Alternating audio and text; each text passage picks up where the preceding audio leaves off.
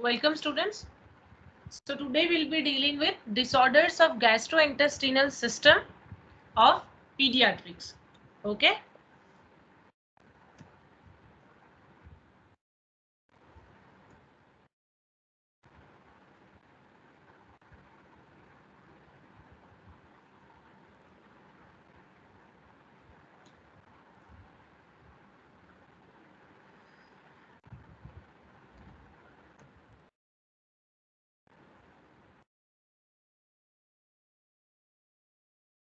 Okay. So the first disorder is cleft lip. Cleft lip is also called as chyloschisis. It is a failure of fusion of maxillary and premaxillary processes, occurs between 5 and 8 weeks of fetal life and may be unilateral or bilateral. तो cleft lip में क्या है, it is also called as cheiloschisis, ठीक है, उसका दूसरा name है। And ये क्या होता है कि जब मैक्सिलरी और प्री मैक्सिलरी प्रोसेस है जो बक्कल कैविटी के अंदर है, अगर वो फ्यूज नहीं होते हैं 5 to 8 weeks of embryonic life के अंदर, फीटल लाइफ यानी कि एम्ब्रियोनिक लाइफ के अंदर अगर 5 to 8 वीक्स के अंदर maxillary and pre maxillary processes अलग अलग होते हैं, बट जब वो प्रोसेस फ्यूज नहीं होंगे और फ्यूज होके हमारे लिप्स बनते हैं, बट अगर वो फ्यूज नहीं हुए तो the condition is called as cleft lip and it may be unilateral और बाइलेटरल। एक साइड का लिप अफेक्ट हो सकता है या फिर दोनों साइड के लिप अफेक्ट हो सकते हैं। Next is finding. Now finding include difficulty in feeding. Obvious है डिफिकल्टी इन फीडिंग क्यों होगा, क्योंकि लिप्स के अंदर प्रॉब्लम है उसका, तो सकिंग रिफ्लेक्स अप्रोप्रिएटली होगा नहीं। Then next, increase swallowed air due to mouth breathing leading to distension of abdomen. Abdomen का डिस्टेंशन होगा, क्यों, क्योंकि स्वेलोड एयर कहाँ जा रही है, एयर माउथ से अगर ले रहा है बेबी तो it can lead to distension of stomach. Excessive air feel हो जाएगी किसमें, एब्डोमेन के अंदर। ओके, एब्डोमेन के अंदर एक्सेसिव एयर फिलअप हो जाएगी। Then next include mucous membrane of the oropharynx becomes dried and cracked with increased rise of infection। क्यों होगा ये dryness, because of mouth breathing. Mouth breathing के वजह से, एयर की वजह से क्या होगा, ओरोफैरिंक्स जो है, जो म्यूकस मेम्ब्रेन है ओरोफैरिंक्स की, वो ड्राई हो जाएगी and that can also lead to crack formation. ठीक है, क्रैक फॉर्मेशन होगा and that crack formation is a easy access for bacteria to invade into the mouth. Okay, जो ऑर्गन है ओरोफैरिंक्स यानी कि फैरिंक्स के अंदर जा सकते हैं जो भी माइक्रो ऑर्गेनिजम्स है, वो क्रैक्ड है, स्किन इंटीग्रिटी वहां से ब्रेक हो गई है, तो क्या होगा, माइक्रो ऑर्गेनिजम्स इजीली बॉडी के अंदर जा सकते हैं and this can also lead to a cause of sepsis. अगर ब्लड स्ट्रीम के अंदर ट्रांसमिट कर गया तो क्या होगा, सेप्सिस होने के चांसेस ज्यादा है। Then an increase rise of infection. कहीं पे भी वो कोलोनाइजेशन कर रहे हैं बैक्टीरिया, तो उस अकॉर्डिंगली उनका इन्फेक्शन होने के चांसेस बढ़ जाते हैं। सर्जिकल रिपेयर इसका करेक्शन है, ट्रीटमेंट इसका सर्जिकल रिपेयर है। इसके अलावा हम टोटल पैरेंटल न्यूट्रिशन बेबी को दे सकते हैं जब तक सर्जरी खत्म, जब तक सर्जरी नहीं हो जाती तब तक हम क्या कर सकते हैं, टोटल पैरेंटल न्यूट्रिशन या तो फिर नेसोगैस्ट्रिक ट्यूब के थ्रू हम बेबी को फीडिंग करवा सकते हैं, because nutrition is necessary. Okay, so nutrition अगर बेबी को नहीं जाएगा तो क्या होगा, साइंस ऑफ मालनरिशमेंट होगा। तो एक कॉम्प्लिकेशन, एक डिजीज कंडीशन की वजह से फर्दर कॉम्प्लिकेशन खड़े हो सकते हैं। So surgical correction needs to be performed soon after birth, may be repeated for further modifications. Okay, अगर एक बार क्लेफ्ट लिप की सर्जरी करवाई है और अगर बाइलेटरल है तो बाइलेटरल में पहले वो लोग क्या करेंगे, उसको ज्वाइन करेंगे, उसके बाद में फर्दर सर्जरी, फर्दर करेक्शन के लिए या फिर इंप्रूवमेंट या मॉडिफिकेशन के लिए वो लोग क्या करेंगे, सेकेंड टाइम सर्जिकल करेक्शन भी कर सकते हैं। तो इस तरह से इसका सर्जिकल करेक्शन होगा और वो सर्जिकल मैनेजमेंट का नाम क्या है, कीलोप्लास्टी। इसके ऊपर से आपका डायरेक्ट क्वेश्चन आ सकता है कि नेम द सर्जिकल रिमैनेजमेंट फॉर कि ये क्लेफ्ट लिप। तो क्लेफ्ट लिप का क्या है, सर्जिकल मैनेजमेंट इज कीलोप्लास्टी। ओके, एक क्वेश्चन आ सकता है इसके ऊपर से, चांसेस कम है क्वेश्चन आने के। Now cleft palate. Cleft palate is called as palatoplasty. It is the failure of union of palatal structure, which is normal fusion occurs during 9 and 12 weeks may involve the soft or hard palate and may extend into the nose forming an oronasal passageway. इसका मतलब क्या हुआ कि oral cavity as well as nasal cavity के बीच में क्या हो गया है, पैसेज क्रिएट हो गया है। एक पैसेज इसीलिए क्रिएट हुआ है क्योंकि पैलेटल स्ट्रक्चर का जो यूनियन है, जो हमारा पैलेट है, हार्ड पैलेट, सॉफ्ट पैलेट, ठीक है, उसका यूनियन नहीं हुआ है। और यहाँ पे क्या लिखा है, इट में also involve soft palate and hard palate है, ये हेड पैलेट नहीं है। हार्ड पैलेट और सॉफ्ट पैलेट को इन्वॉल्व करके वो क्या करेगा, ओरल कैविटी और नसल कैविटी के बीच में एक पैसेज क्रिएट कर देगा, ठीक है। क्योंकि फ्यूजन नहीं हुआ है तो नसल कैविटी के नीचे ही ओरल कैविटी है, नसल कैविटी और ओरल कैविटी के बीच में क्या है, हमारा पैलेटाइन स्ट्रक्चर है, ठीक है, पैलेट है हमारा। बट वो पैलेट ही अगर नहीं रहेगा तो क्या होगा, डायरेक्ट एक्सेस ओरोफैरिंक्स, ओरो और नसल कैविटी के बीच में हो जाएगा। सो that is about the cleft palate. Now what are the findings? So infection usually aspiration pneumonia. क्यों होगा aspiration pneumonia? Because open access है nasal passage के अंदर, ठीक है, nasal passage के अंदर से directly कहाँ जा सकता है, aspirate content कहाँ पे aspirate हो सकता है, respiratory tract के अंदर, ओके, इसीलिए यहाँ पे लिखा है aspiration pneumonia होने के chances high है cleft palate के अंदर, cleft lip के अंदर नहीं। तो अगर क्वेश्चन आ रहा है, you have to take cleft palate is the one in which aspiration pneumonia is, the chances of aspiration pneumonia is high. Then defective speech, क्यों होगा डिफेक्टिव स्पीच, क्योंकि hard palate soft palate appropriately develop ही नहीं है उसका palatine structure, तो टंग movement appropriate नहीं होगा and it can lead to difficulty in speech. Other than that यहाँ पे सलाइवा का एक्यूमुलेशन भी होने के चांसेस है, ठीक है, तो उस वजह से भी क्या होगा, फर्दर कॉम्प्लिकेशंस होने के चांसेस बढ़। एक्सेसिव डेंटल कैरीज होने के चांसेस भी बढ़ जाते हैं। देन मान लो from displacement of the arch हमारे ओरल कैविटी के अंदर, उसका माल ओक्लूजन होगा, डिस्प्लेसमेंट हो जाएगा, नॉर्मल प्लेस से उसका प्लेस अल्टर होगा, okay. Then hearing problem due to recurrent otitis media, otitis media होने के भी चांसेस है, क्यों, क्योंकि यूस्टेचियन ट्यूब हमारे ओरोफैरिंग्स के रूट पे अटैच्ड है, ठीक है, यहाँ पे बिहाइंड द सलाइवरी ग्लैंड्स क्या यूस्टेचियन ट्यूब अटैच्ड है, तो उस वजह से ओटाइटिस मीडिया होने के चांसेस है, that is because of the presence of Eustachian tube. ये इसके पीछे का लॉजिक है, याद रखना, लिख के रखना, अगर ऐसा कोई अप्लाइड क्वेश्चन आ रहा है तो हियरिंग प्रॉब्लम होगा, तो reason is because of the presence of Eustachian tube. Surgical correction between 6 months and 3 years before speeches, ठीक है, सर्जिकल करेक्शन देना है इनको 6 से 3 इयर्स के बीच में, और सर्जरी का नाम है पैलेटोप्लास्टी। क्लेफ्ट लिप का नाम था कीलोप्लास्टी, और ये क्लेफ्ट पैलेट के सर्जरी का नाम है palatoplasty, okay.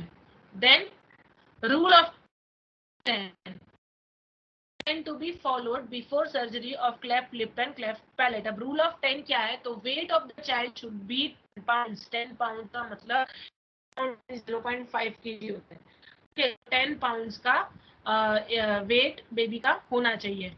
Then HB level should be more than 10 grams, 10 gram से ज्यादा उसका हीमोग्लोबिन लेवल होना चाहिए। WBC count should be less than 10,000, okay, 10,000 cubic per mm cube, हाँ, इतना उसका WBC कम होना चाहिए। वाई, बिकॉज अगर WBC ज्यादा है that is showing the chances of infection, okay, तो अगर इन्फेक्शन है बेबी को तो सर्जरी नहीं कर सकते। Then age is more than 10 weeks, जो उसका एज है वो कितना होना चाहिए, more than 10 weeks,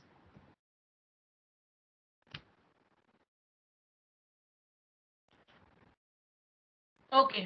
next topic is intussusception of colon. Intussusception is important topic, okay, question आने के हाई चांसेस हैं।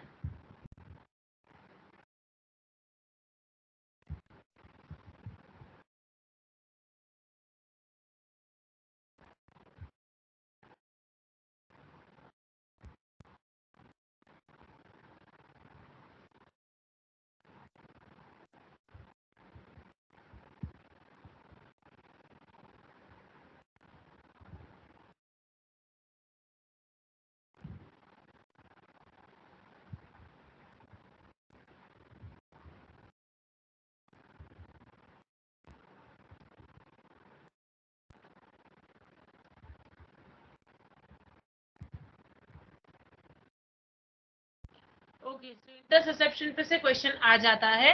Interception of colon means telescoping of bowel into itself causing oedema, obstruction and possible necrosis of bowel. यानी कि telescoping of bowel यानी कि of bubble is itself inside the other loop of bubble structure है. अंदर एक bubble का क्या दूसरे सेक्शन के अंदर अपने को इन्वेड कर रहा है. कैसे इन्वेड कर रहा है? तो जैसे टेलीस्कोप को हम खोलते हैं, कैसा एक फिर दूसरा निकलता है, फिर फाइनल लेंस निकलता है. तो इसी तरह से यहाँ पे भी क्या हो रहा है, इंटरसेप्शन के अंदर भी बबल के अंदर बबल चला जाता है. Okay, that is not a type of hernia. Don't get confused. Protrusion होता है एंड इंटरसेप्शन में टेलीस्कोपिंग हो रहा है, एक सेक्शन दूसरे सेक्शन के अंदर इन्वेड होता है. That is telescoping in a telescoping fashion. Okay, that is why telescoping word important है इंटरसेप्शन के अंदर. इस वजह से क्या हो रहा है, इडिमा होगा, ऑब्स्ट्रक्शन होगा. इडिमा क्यों होगा? क्योंकि एक्यूमुलेशन ऑफ फ्लूइड हो जाएगा, क्योंकि एक सेक्शन दूसरे सेक्शन के अंदर चला गया है तो एक्स्ट्रा सेल्यूलर फ्लूइड बढ़ जाएगा. देन ऑब्स्ट्रक्शन, डेफिनेटली ऑब्स्ट्रक्शन होगा क्योंकि एक सेक्शन पूरा का पूरा इडिमा बबल के अंदर जा चुका है. सो ऑब्स्ट्रक्शन होने के चांसेस है and that can lead to decrease blood supply or no blood supply at all, and that will lead to necrosis of bowel. Now findings are piercing cry. कैसा cry होगा? टिपिकल क्राई है यहाँ पे piercing cry, यानी कि baby को या फिर एब्डोमेन में या फिर कहीं पे भी पेन हो रहा है तो कैसा श्रिल क्राई होता है. सो क्राई के पैटर्न से भी you can identify baby is suffering. Okay, shrill cry अगर बेबी को देखने मिलता है तो that is a sign of some discomfort. Okay, dull cry है तो that is a sign of dehydration और lethargy. ठीक है, तो ये सारे साइंस, क्राई के साइन से भी you can identify whether the baby is having what kind of discomfort. तो यहाँ पे स्पेसिफिक क्राइटेरिया क्या है? Piercing cry. Then severe abdominal pain, abdominal pain की वजह से उसको पियर्सिंग क्राई होगा. देन नेक्स्ट इज वॉमिटिंग, और यहाँ पे वॉमिटिंग कैसी होगी? बाइल स्टेन्ड वॉमिटिंग होगा, बिकॉज जो फूड है वो स्टमक से इंटेस्टाइन के अंदर जा चुका है. So that can lead to bile stained vomiting. कभी कभी वॉमिटिंग का कैरेक्टरिस्टिक्स भी पूछ लेते हैं कि कौन से डिसीज में बिलियस वॉमिटिंग है या नॉन बिलियस वॉमिटिंग है. तो हमें याद रखना है, इसमें इतना कुछ रटा मारने की या फिर इतना गोखने की जरूरत है नहीं. क्या याद रखना है आपको कि कोई भी डिसीज कंडीशन के अंदर सिर्फ इतना ही समझना है, डिसीज के अंदर फूड स्टमक से आगे के इंटेस्टाइन का अंदर bile vomiting, that vomiting stomach में ही रह रहा है तो वहां पे वॉमिटिंग होगी, that will be non bilious vomiting. तो ये इसके पीछे का कंसेप्ट हमें याद रखना है कि जिसके जो स्टमक अंदर फूड स्टमक से इंटेस्टाइन के अंदर पास हो रहा है उसमें बिलियस वॉमिटिंग होगी, और जिसके अंदर स्टमक ही फूड रह रहा है उसके अंदर नॉन बिलियस वॉमिटिंग होगी. अब जैसे एग्जांपल है पाइलोरिक स्टेनोसिस. पाइलोरिक स्टेनोसिस में क्या होता है? फूड बेबी का स्टमक से इंटेस्टाइन के अंदर पास ही नहीं होता है. Okay, so that can lead to non bilious vomiting. फिर क्यों इसोफेजियल फिस्टुला है या जीईआरडी है. ठीक है, जीईआरडी के अंदर भी सेम चीज होगी, गैस्ट्रिक एरिया से ही रिफ्लेक्स होके बाहर निकलेगा, रिगर्जिटेशन होगा बेबी को. प्लस ट्रेकियोइसोफेजियल फिस्टुला के अंदर भी यही होगा, फिस्टुला है, ये ट्रेसिया है, उस वजह से फूड आगे नहीं पहुंच पाएगा. सो दैट और वॉमिटिंग हो रही है, so that vomiting will be non bilious. का प्रॉब्लम है तो बवल यानी कि क्या है? फूड ऑटोमेटिकली बवल के अंदर पहुंच जाता है. ठीक है, तो यहाँ पे जो वॉमिटिंग होगी वो बिलियस वॉमिटिंग होगी. ये इंपॉर्टेंट है, आपके एग्जाम ये पूछते हैं कैरेक्टरिस्टिक्स ऑफ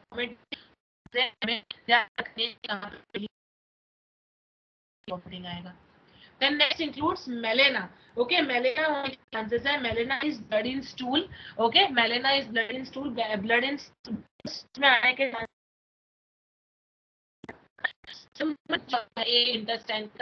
इंटेस्टाइन के पार्ट में जा चुका है, लार्ज इंटेस्टाइन के पार्ट, इसी वजह से वहां चांसेस हैं हुआ होगा तभी स्टूलिंग हुआ होगा.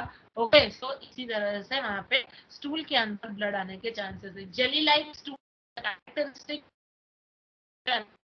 जो इंपॉर्टेंट साइन एंड सिम्टम्स याद रखते हैं उसके अंदर से ये jelly like stool is an important sign for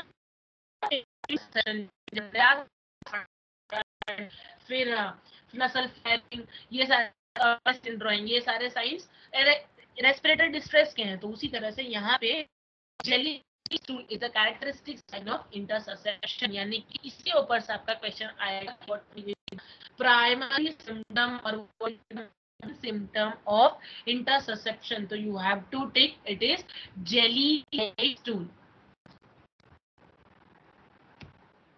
What will be the treatment? So first treatment will be barium enema. Okay, barium enema उसको देंगे so that the evacuation of contents can be management में usually anastomosis करते हैं, जिससे पहले तो वो area को बाहर निकालेंगे और बाद में जो दो लूप है, जो टेलीस्कोप हो चुका है एरिया, उसको बाहर निकाल के क्या करेंगे, दोनों उसको हम सर्जिकली करेंगे।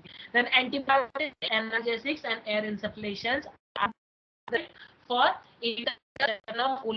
आपको एक टेलीस्कोपिक ऑफ बबल करना है और दूसरा जेली लाइक स्टूल हमें याद रखना है। ये दो चीजें inter important. Next is very important topic, pyloric stenosis का क्वेश्चन प्रोजेक्टाइल वॉमिटिंग आता है एग्जाम के अंदर। आप देखें, आपको देखने मिलेगा कि पाइलोरिक स्टेनोसिस के ऊपर एक क्वेश्चन होता ही होता है। तो pyloric stenosis is also one of the important topics जिसके ऊपर से डायरेक्ट क्वेश्चन है, कोई इसमें अप्लाइड क्वेश्चन नहीं है। और अगर अप्लाइड क्वेश्चन आ भी रहा है और अगर आपने कॉन्सेप्ट समझा है तो आप इजीली इसको लिख सकोगे।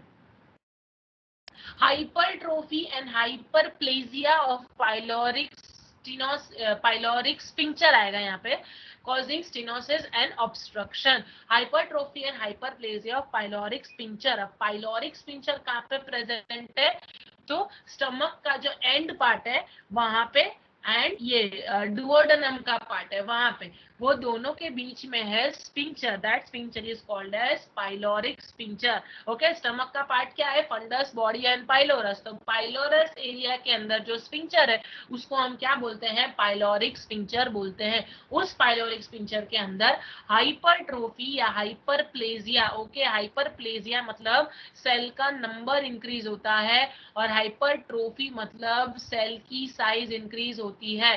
तो इसको आप ST से याद रख सकते हो, size is equal to trophy and this is PN, plegia is equal to number. इस तरह से आप ट्रॉफी और प्लेजिया को याद कर सकते हो। हाइपर पता ही है, हाइपर मतलब ट्रॉफी यानी के यहाँ पे सेल के साइज से कंसर्न है और प्लेजिया यानी के नंबर से कंसर्न है। तो ST से याद कर लो, ST बस। ओके, तो ST is for size and trophy and PN is cell का नंबर एंड प्लेजिया। तो सेल का नंबर भी इंक्रीज हो रहा है पाइलोरिक स्फिंक्टर के अंदर, प्लस सेल का साइज भी इंक्रीज हो रहा है। So this can cause hypertrophy and hyperplegia and that can cause to stenosis. हो जाएगा, स्टेनोज्ड हो जाएगा, दैट मींस वे होगा वो नैरो हो जाएगा और उस नैरो वे की वजह से क्या ऑब्स्ट्रक्शन होने के चांसेस करता है वहां पे। So that is a condition which is called as pyloric stenosis. Stenosis and pyloric यानी क्या, पाइलोरिक स्फिंक्टर की बात हो रही है। अब नैरोइंग होगा तो उसमें ऑब्स्ट्रक्शन आएगा ही आएगा। नेक्स्ट क्या है, फाइंडिंग वेरी इंपॉर्टेंट, इसके सारे इंपॉर्टेंट साइन एंड सिम्टम्स है। उसके अंदर the first is olive sized bulging under right rib cage. Right rib cage के ऊपर ऑलिव जैसा मास दिखेगा। That is also one of the important sign of pyloric stenosis. Pyloric stenosis के अंदर right side पे जो रिब केज है, जो हमारी रिब केज है उसके नीचे, okay, under the rib cage, कौन सी साइड पे, राइट साइड पे। यहाँ पे क्यों राइट साइड लिखा है, because stomach is at the left, but stomach कैसे शेप में है, जे शेप में है। तो स्टार्ट कहाँ से हो रहा है, लेफ्ट साइड से, और ग्रेजुअली जाएगा वो राइट साइड पे। ओके, इसीलिए यहाँ पे राइट रिब केज लिखा है। आप लोगों के दिमाग में आया होगा ये क्वेश्चन कि स्टमक का अरेंजमेंट तो लेफ्ट साइड पे है, राइट साइड क्यों दिया है, तो उसका हमारा जो स्टमक है वो जे शेप में है और शेप का जो हाफ पार्ट है वो कहा जा रहा है राइट साइड की ओर जा रहा है। So that is by size bulging. Next is projectile vomiting. Projectile vomiting is important of pyloric stenosis. इसके ऊपर क्वेश्चन है ही है, आप पेपर के अंदर देखो आपको पता लगेगी। प्रोजेक्टाइल वॉमिटिंग के ऊपर क्वेश्चन है, which of the following is a main feature of pyloric stenosis. Projectile vomiting is main feature of which of the following disease condition in paediatric. ऐसा क्वेश्चन आ रहा है, you have to write pyloric stenosis and pyloric stenosis के अंदर projectile vomiting क्यों है, इसके पीछे का एक logic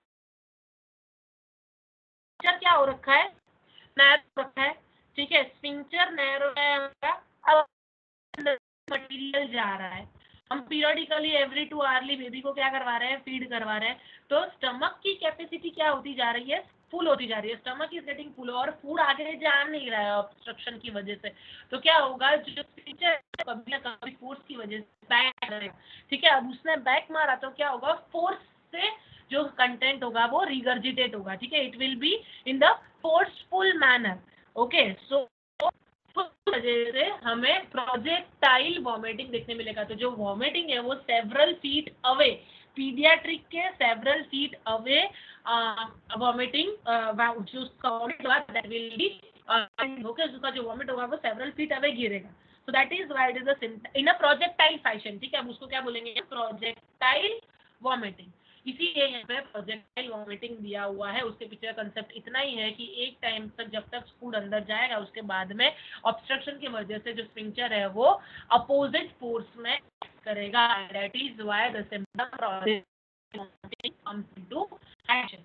this is significant feature of pyloric stenosis. याद रखना, ये पीछे का रीजन भी यही है, इसे इसको इतना डीप में एक्सप्लेन करने का रीजन यही है कि आप लोग इसे याद रखो, उसी के उसी टाइम पे अगर याद हो जाएगा तो आप लोगों को ज्यादा बर्डन नहीं आएगा।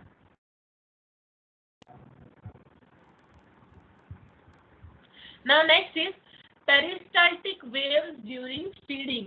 तो जब हम बेबी को फीड करवा रहे होंगे, जब बेबी फीड कर रहा होगा तो क्या होगा, पेरिस्टाल्टिक वेव्स विजिबल होगी, ओके, पेरिस्टाल्टिक वेव्स कैसी होगी, विजिबल, हमें देखने मिलेगी peristaltic wave.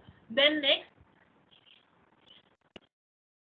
Fail to cycle, okay, अगर हम बेबी को जो फूड है वो क्या हो रहा है, आगे जा ही नहीं रहा है, इंटेस्टाइन के अंदर जा ही नहीं रहा है, तो क्या होगा, डाइजेशन नहीं होगा, एब्जॉर्प्शन नहीं होगा, अप्रोप्रिएट न्यूट्रिएंट्स उसके ब्लड स्ट्रीम में नहीं जाएंगे, तो उस वजह से failure to thrive, the baby might not be able to have appropriate growth and development, okay, that is the why it is written failure to thrive. Then next is dehydration. क्यों होगा dehydration, because सारा का सारा food या सारा का सारा जो भी हमने फीडिंग किया को वो वोमिट के थ्रू बाहर आ रहा है, प्लस कोई भी चीज हमारे इंटेस्टाइन के अंदर नहीं जा रही है। अब यहाँ पे एक क्वेश्चन आ सकता है आप वोमिटिंग के ऊपर, यहाँ पे नॉन बिलियस वॉमिटिंग होगी, food is not entering into intestine.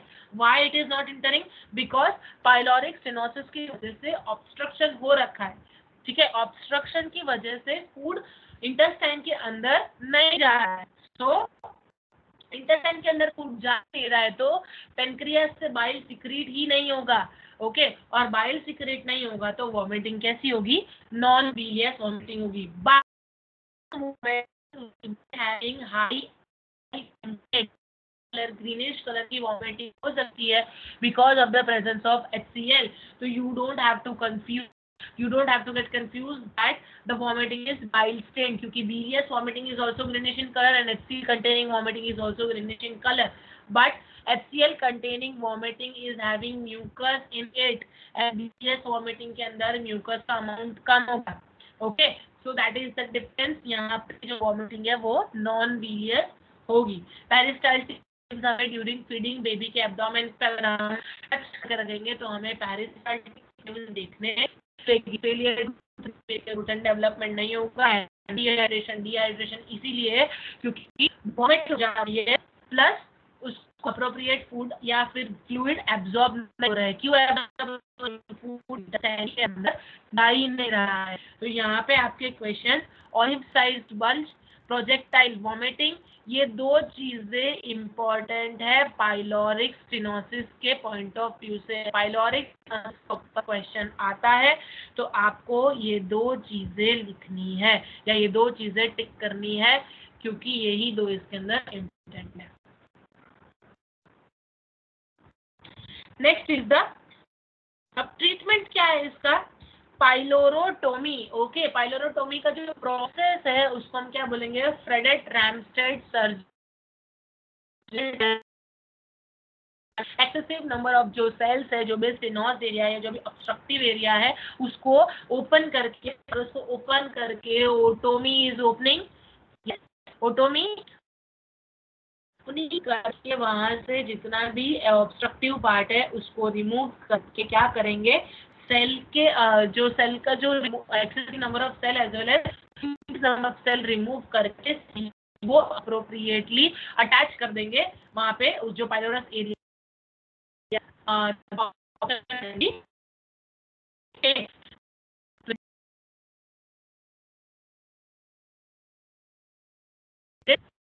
पर ट्रीटमेंट पर भी आपका क्वेश्चन आता है कि which of the following is the treatment और surgical option for pyloric stenosis. तो उसका आंसर क्या है, फ्रेडेट रैमस्टेड सर्जरी। क्योंकि बेबी ड्यूरेशन, इसीलिए वहाँ पे हमें आईवी फ्लूइड देना है, रिंगर लैक्टेट या नॉर्मल सलाइन या फिर 10% कर सकते हैं, क्योंकि बेबी का फीड इंटेस्टाइन के अंदर नहीं जा रहा है, डिहाइड्रेशन ऑलरेडी बेबी को प्रेजेंट है, तो उस वजह से हाइपोग्लाइसीमिया होने के चांसेस हैं। 10% ग्लूकोज हमें किस तरह से उसका फॉर्मूला आप लोगों को बता चुकी हूँ प्रीवियस लेक्चर के अंदर। तो उस अकॉर्डिंग आप 10%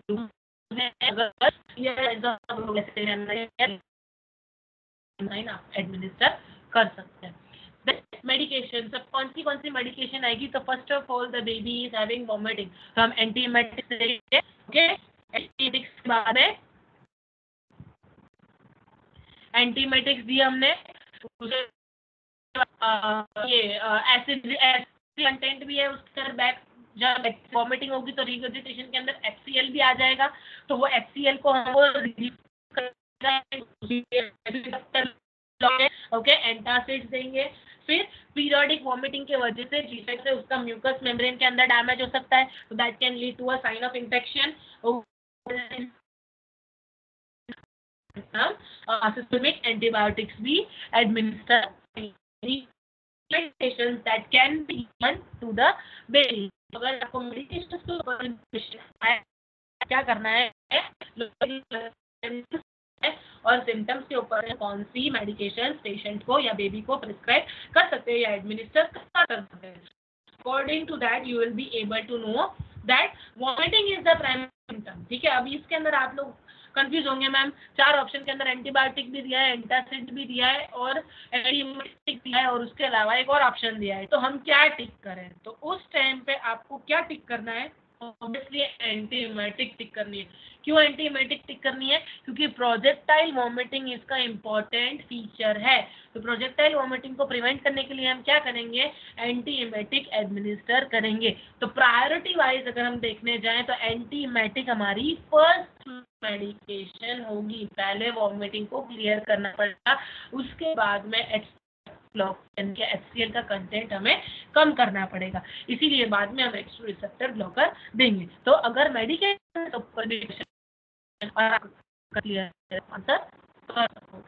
So this was about pyloric stenosis. It is very important and damn sure इसके ऊपर से क्वेश्चन आता ही आता है।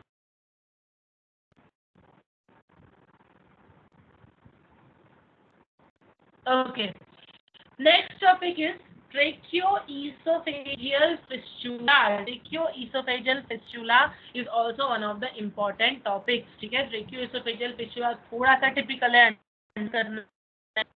हमें अगर हम समझ के करें तो दैट इज इजी। आप लोग जब भी पढ़ने बैठे हैं तो आप लोग, मैंने आपको पहले भी कहा क्या करें, जो भी डिसीज कंडीशन है उसके अंदर जितनी भी स्पेसिफिक साइन है उसकी एक लिस्ट बनाएं। वो लिस्ट जहाँ पे भी आप सबसे ज्यादा टाइम स्पेंड करते हैं वो लिस्ट को लगा लें, पीरियोडिकली उस लिस्ट को देखें, सो दैट आपके जो डायरेक्ट क्वेश्चंस हैं वो आपके अपने आप सॉल्व हो जाएंगे। ओके क्योंकि हमें नेगेटिव मार्किंग नहीं देना है। मैं हर लेक्चर में यही चीज बोलती हूँ, इम्पोर्टेंस यही है कि एक एक मार्क्स से हमारा मेरिट चला जाता है। ओके सो स्टूडेंट्स मेहनत करते हैं बट स्कोर नहीं कर पाते because of so silly reasons.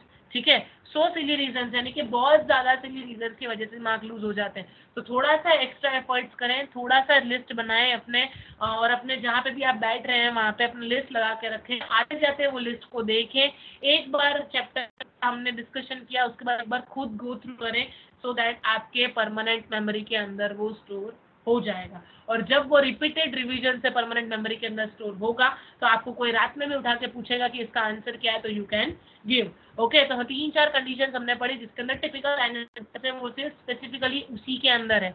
Okay तो वो सारी चीजें आपको याद रखनी है। नाउ नेक्स्ट इज ट्रेकियोइसोफेजियल फिस्टुला, इसका भी एक स्पेसिफिक साइन है जो मैं आपको फाइंडिंग्स के अंदर बताऊंगी। First of all, what is that?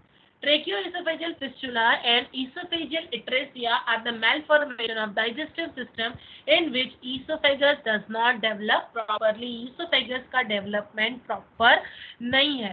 Okay, so that is called as tracheoesophageal fistula and esophageal atresia. दोनों अलग अलग कंडीशन है लेकिन दोनों की कंडीशन esophagus से रिलेटेड है। ये पिक्चर के अंदर आप देख रहे होंगे, यहाँ पे टोटल 5 टाइप के डिफेक्ट्स दिखाए हुए हैं, हम नेक्स्ट स्लाइड में पढ़ेंगे।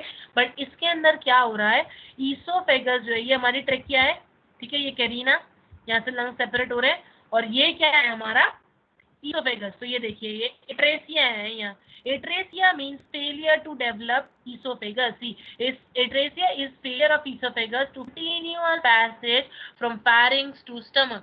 यानी pharynx के पार्ट से स्टमक के पार्ट तक के बीच में डिसकंटिन्यूटी आ रही है। ओके ये देखिए डिसकंटिन्यूटी है, लेकिन फिफ्थ पार्ट के अंदर कंटिन्यूएशन है, यानी फिफ्थ पार्ट के अंदर एट्रेसिया नहीं है और फर्स्ट पार्ट के अंदर फिस्टुला नहीं है। फिगर से पता लग रहा है फर्स्ट पार्ट में क्या नहीं है, फिस्टुला में। यहाँ पे तीनों में फिस्टुला दिख रही है, यहाँ पे लोअर से अटैच है, यहाँ पे अपर से अटैच है, ठीक है। तो इस तरह से फिस्टुला, फिस्टुला का मतलब क्या है, fistula is abnormal connection between trachea and oesophagus. तो ये हमारा इसोफेगस है, ये हमारा ट्रेकिया है, दोनों के बीच में कैसा है, एबनॉर्मल कनेक्शन है, that is called as fistula. यानी ट्रेसिया क्या है, discontinuity between the food pipe, ठीक है, किसका डिसकंटिन्यूटी, दैट मींस एट्रेसिया, और किसका इसोफेजियल का, तो इसोफेगस के बीच में डिसकंटिन्यूटी है, उसको हम इसोफेजियल एट्रेसिया बोलते हैं। So you need to understand first of all कि एट्रेसिया क्या है, फिस्टुला क्या है। Fistula is always a abnormal connection, ये कोई सा भी किसी फिस्टुला कहीं पे भी हो सकता है, it can be anal fistula, okay anal fistula भी देखने मिलता है, एंड इसोफेजियल फिस्टुला, अलग अलग टाइप के फिस्टुला हो सकता है। इंटेस्टाइनल फिस्टुला, उसके अंदर 2 intestine, small intestine, large intestine के अंदर भी फिस्टुला होने के चांसेस है। तो कोई भी पार्ट में फिस्टुला हो सकता है, कोई भी 2, इवन वेन्स के अंदर आप लोगों ने देखा होगा जब एचडी के थीटर डालते हैं पेशेंट को डायलिसिस के अंदर, तभी भी क्या करते हैं, फिस्टुला बना देते हैं। What is fistula, fistula is connection, okay, radial और वेन और आर्टरी के बीच में। हमने देखा होगा कि हैंड में या फिर जुगुलर के अंदर आपने देखा होगा डायलिसिस पेशेंट के अंदर क्या करते हैं, फिस्टुला क्रिएट करते हैं। तो fistula is abnormal connection, okay, between 2 organs. यहाँ पे ट्रेकिया और इसोफेगस है, इसीलिए उसका नाम ट्रेकियो इसोफेजियल फिस्टुला है। Now atresia is abnormal connection. Type, Vogt had classified esophageal atresia types. ये जो ने दिए, वोग ने दिए। जनरल नॉलेज का से कुछ क्वेश्चन आ सकता है कि name the scientist who has given esophageal atresia and fistulas classification, so that is Vogt. Okay, now type 1 is esophageal atresia with no fistula. देखा हमने फिगर के अंदर esophageal atresia तो है बट फिस्टुला नहीं है, okay, that is type 1। Type 2 आप ये से फिगर याद रखें, कभी एग्जाम के अंदर क्वेश्चन आ रहा है टाइप्स के ऊपर, आप फिगर क्लियर होगी, आपको आंसर अपने आप मिलते जाएंगे। पहले के अंदर कोई भी कनेक्शन नहीं है, दूसरे के अंदर ऊपर का कनेक्शन है, तीसरे के अंदर नीचे का कनेक्शन है, चौथे के अंदर अपर और नीचे, अपर एंड लोअर, लास्ट के अंदर सिर्फ कनेक्शन है, कोई डिसकंटिन्यूटी नहीं है। तो एक ही कनेक्शन है और पूरा का पूरा इसोफेगस कंटिन्यूएशन में है। तो इस तरह से आप जब फिगर बना लेंगे तो आपका जो टाइप का क्वेश्चन है वो अपने आप से सॉल्व हो जाए, आपके पास ऑलरेडी आंसर आपकी आंखों के सामने होगा। तो टाइप 1 में क्या है, एट्रेसिया है बट फिस्टुला नहीं है। टाइप 2 के अंदर एट्रेसिया विद प्रॉक्सिमल फिस्टुला या तो फिर अपर फिस्टुला, ठीक है, अपर एंड पे फिस्टुला है। एंड जो एट्रेसिया है जो सेकेंड टाइप है वो 2% केसेस में, जिसमें प्रॉक्सिमल एंड पे फिस्टुला है या फिर अपर एंड पे फिस्टुला है, that is seen in 2%। And next is type 3 which is majoritily seen, that is in 86% people. जो लोअर एंड का इसोफेगस है उसके अंदर फिस्टुला होता है ट्रेकिया के साथ में। Okay, lower end of oesophagus is connected trachea via fistula, that is majority, that is seen in major times. Okay, majorly ये वाला फिस्टुला देखने मिलता है। तो अगर अप्लाइड क्वेश्चन आ रहा है, एक्सप्लेन अबाउट द टाइप या फिर which of the following is the most common type of tracheoesophageal fistula, तो at that time you have to write type 3। Okay, type 3 या तो फिर lower oesophagus attached with trachea. अगर दोनों में से कोई से भी ऑप्शन है, आपको सीखो क्या रखने, टाइप 1 से टाइप 2 को कि हम पेपर के अंदर टाइप 1 तो ये बना दिया, फिर टाइप 5 टाइप 2 को हमने एच शेप बना दिया, तो वो आपका रॉन्ग हो जाएगा। टाइप जो सीक्वेंस है उसी के अकॉर्डिंग आपको फिगर ड्रॉ करनी है। Okay, so this is about the third type, that is the lower esophagus or else distal part of esophagus is attached with trachea via fistula। Part हमारा trachea के अंदर attach हो रहा है, that is majorly seen. Now next is type 4। Type 4 is the rarest, see 1% लोगों के अंदर देखने मिलता है। तो ऐसा भी क्वेश्चन आ सकता है कि which of the following type of oesophagus TEF is rarest. Okay, so type 4 में क्या हो रहा है, upper part as well as lower, ये टाइप 4 में डाला है, जिस दोनों पार्ट इसोफेगस के क्या हो रहे हैं, अटैच हो रहे हैं, किससे, ट्रेकिया से। Okay, so that is about type 4। also called as H-shaped fistula, ठीक है, H-shaped है वो। And fistula with no atresia, यहाँ पे इसोफेगस की जो लाइनिंग है वो कंटिन्यू है, इसके अंदर कोई डिसकंटिन्यूटी नहीं है और ये सिर्फ फिस्टुला से कनेक्टेड है। So this is about the types of TEF। Symptoms क्या है, excessive drooling of saliva and frothy saliva, ये दो जो है TEF है, ठीक है। TEF के डिसीज कंडीशन के लिए इस excessive saliva drooling and excessive frothy saliva, ये दोनों इंपॉर्टेंट साइंस हैं। You have to remember this. पाइलोसिस में projectile vomiting frothy saliva and drooling of saliva है। नाउ नेक्स्ट इज साइनोसिस होगा, बिकॉज इसोफेगस और ट्रेकिया के अंदर फिस्टुला हो रखा है, सलाइवा एक्यूमुलेट हो जाएगा, चोकिंग होने के चांसेस है, एयर एक्सचेंज अप्रोप्रिएट नहीं होगा तो साइनोसिस होने के चांसेस है। चोकिंग होगा because of the presence of saliva and that can irritate the respiratory tract and that can lead to sneezing. And because of atresia regurgitation of feed होगा, क्योंकि oesophagus के बीच में डिसकंटिन्यूटी है, तो इसोफेगस से फूड स्टमक में जा ही नहीं रहा है, तो क्या होगा, regurgitation of feed.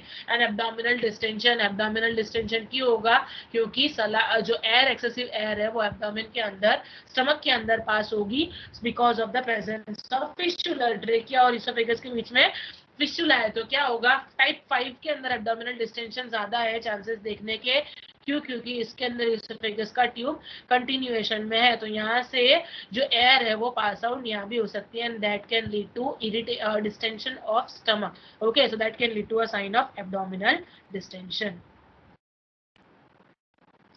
Treatment, ligation of fistula along with end-to-end anastomosis। end-to-end anastomosis करेंगे, दोनों proximal end और distal end को लेके दोनों को कनेक्ट कर देंगे, that is the treatment of tracheoesophageal fistula। Coming to our next topic, that is Hirschsprung's disease, which is also called as congenital megacolon. Okay, that is also one of the important topic. इसके अंदर भी एक specific sign है. Hirschsprung's disease is a disorder of gut. Okay, intestine का disorder है which is caused due to congenital absence of ganglionic cells. जो हमारे nerve ganglions है वो कहाँ पे प्रेजेंट नहीं होंगे? सब mucosal and myenteric plexus of intestine. Intestine के कुछ पार्ट के अंदर गैंग्लियोनिक सेल्स प्रेजेंट नहीं होंगे. गैंग्लियोनिक सेल्स प्रेजेंट नहीं है, दैट मीन्स पेरिस्टाल्सिस नहीं होगा and that can lead to mega colon. वहां पे क्या हो जाएगा? जो कोलोन का शेप है वो अल्टर हो जाएगा एंड डिस्टेंड हो जाएगा colon. So that is called as mega colon. इसीलिए वो कोलोन का नाम मेगा कोलोन है. नाउ मेगा कोलोन और congenital aganglionic mega colon, CAM ऐसा शॉर्ट फॉर्म भी अगर आपको दिया है तो you should know that it is congenital aganglionic mega colon. अब यहाँ पे मेल और फीमेल का रेशियो क्या है? तो this is the disorder which is more commonly seen in boys. Okay, male child के अंदर ये ज्यादा देखने मिलता है. 4:1 का रेशियो दे रखा है यहाँ पे. सो अगर इस पे से भी आपका क्वेश्चन आ जाए कि the disorder which is the congenital megacolon is common in dash, so you can write in male babies it is common, or which of the following disorder is common in male, so you can write it is congenital aganglionic megacolon. Findings इसकी है ribbon like stools. मैंने बोला इसका specific sign है वो है ribbon like stool. Ribbon like stool जो है वो कंजेनिटल मेगाकोलोन का स्पेसिफिक साइन है, you have to remember. Then distended abdomen. क्यों होगा distended abdomen? Because ganglions axis absent है, सो दैट जो स्टमक है वो डिस्टेंड हो जाएगा. बिकॉज जो कोलोन है वो हमारी मेगा हो जाएगी, लार्ज हो जाएगी, एनलार्ज हो जाएगी, डिस्टेंडेड हो जाएगी. सो दैट उसी की वजह से डिस्टेंडेड एब्डोमेन.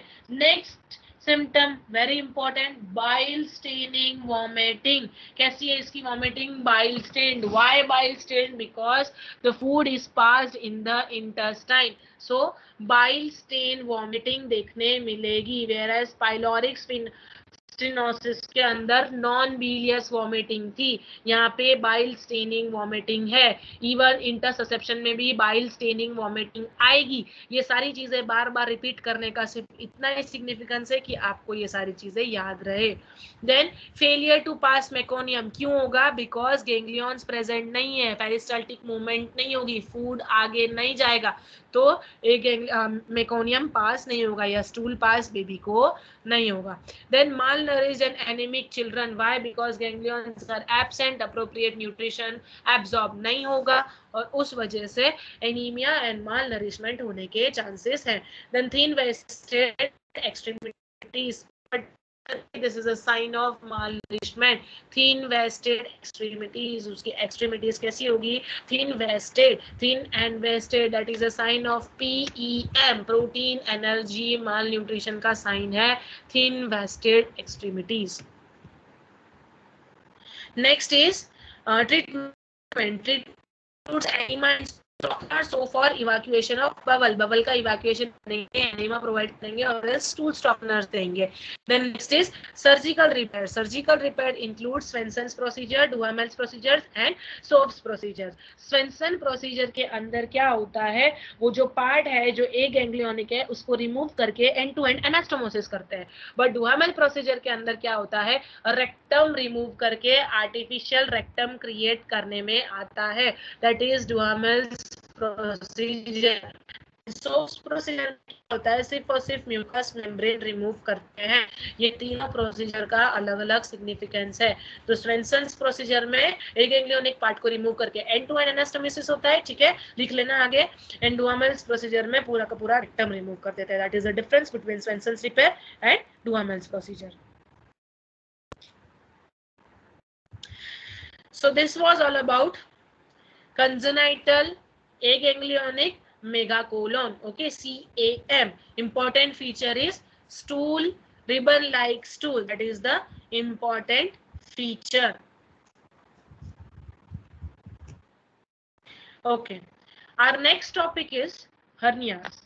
इसके ऊपर से टाइप्स ऑफ हर्निया पे क्वेश्चन आता है कि ये वाला हर्निया कौन सा टाइप का है, वाला हर्निया कौन सा टाइप का है. तो आपको यहाँ पे सिर्फ type of hernias he concern है. The first one is umbilical hernia. Umbilical hernia more common है बेबीज के अंदर. Okay, umbilical hernia है, gastroschisis and omphalocele. ये तीनों hernia common है. Now, umbilical hernia is the protrusion of intestine and abdominal muscles into umbilicus. Okay, जो umbilical area है वहाँ पे इस intestine या तो फिर abdominal muscles का protrusion होगा. First of all, hernia. What is hernia? तो hernia is the protrusion of any part into any other organ. ठीक है, कोई भी ऑर्गन का कोई दूसरे ऑर्गन में प्रोट्रूजन हो जाने को हम हर्निया बोलते हैं. तो यहाँ पे अम्बलाइकल हर्निया की बात हुई है. तो अम्बलाइकल एरिया में क्या क्या चीजें प्रोट्रूड होने के चांसेस है? तो एक तो एब्डोमिनल विसरा यानी कि एब्डोमिनल मसल्स के प्रोट्रूड होने के चांसेस है, प्लस इंटेस्टाइन के प्रोट्रूड होने के चांसेस है. ये दो चीजें अम्बलाइकल एरिया में से प्रोट्रूड हो सकती है. तो यही दो उसके इंट्रोडक्शन के अंदर भी है कि इंटेस्टाइन और एब्डोमिनल मसल्स. आपको जगह के हिसाब से याद रखना है कि क्या क्या चीजें प्रोट्रूड हो सकती है, तो आपको इजी रहेगा याद करने में. Now next is gastroschisis. Gastroschisis और ओम्फैलोसिली सिर्फ डिफरेंस पॉइंट ऑफ व्यू में इंपॉर्टेंट है. Omphalocele is also called as exomphalos. Okay, omphalocele का दूसरा नाम क्या है? एक्सोम्फैलस. तो गैस्ट्रोस्काइसिस में क्या होता है? Open hernia, abdominal content is protruding. ये जो हर्निया है ये अम्बलाइकल एरिया में ही होता है, दोनों गैस्ट्रोस्काइसिस एंड ओम्फैलोसिली. बट गैस्ट्रोस्काइसिस में क्या होता है? एब्डोमेन के जितने भी कंटेंट है यानी कि इधर लार्ज इंटेस्टाइन या स्मॉल इंटेस्टाइन, जो भी कोई पार्ट अम्बलाइकल एरिया में से प्रोट्रूड हो रहा है वो ओपन होगा कंप्लीटली. इंटेस्टाइन जो होगी, जो प्रोट्रूडेड इंटेस्टाइन होगी, वो कैसी होगी? ओपन होगी. Okay, then inguinal hernia. Omphalocele में क्या होगा? Hernia is covered with abdominal viscera. Omphalocele के ऊपर पाउच लाइक स्ट्रक्चर देखने मिलेगा, यानी एब्डोमिनल कंटेंट होंगे बट उसके ऊपर एक पाउच लाइक विसरा कवरिंग होगी. That is the main difference between gastroschisis and omphalocele. Okay, gastroschisis के अंदर एब्डोमिनल कंटेंट ओपन है, whereas ओम्फैलोसिली के अंदर एब्डोमिनल कंटेंट कवर्ड है. किससे? एब्डोमिनल विसरा से. Then inguinal hernia, abdominal contents protrudes into the groin region. Inguinal also commonly seen in boys where abdominal content तो नहीं, abdominal content तो होता ही है बट उसके अलावा स्क्रॉटल एरिया भी कभी कभी इंग्वाइनल एरिया के ग्रॉइन एरिया के अंदर प्रोट्रूड हो जाता है. तो inguinal hernia is common in boys, जिसके अंदर जो स्क्रॉटल एरिया है वो जो टेस्टिस है वो स्क्रॉटल एरिया के अंदर डिसेंड होने के बदले कहाँ चले जाते हैं? ग्रॉइन के अंदर चले जाते हैं. तो दैट टाइम बल्जिंग होगा उसके थाई एरिया के अंदर, इनर थाई के अंदर bulging होगा. तो that is sometimes testis. Okay, with instead of descending into the scrotal area it gets descended into the inguinal area. तो ये भी रीजन है एक inguinal hernia का, which is more commonly seen in boys. और जो herniated part है, जो protruded part है, वो usually testis होते हैं. Next is diaphragmatic hernia.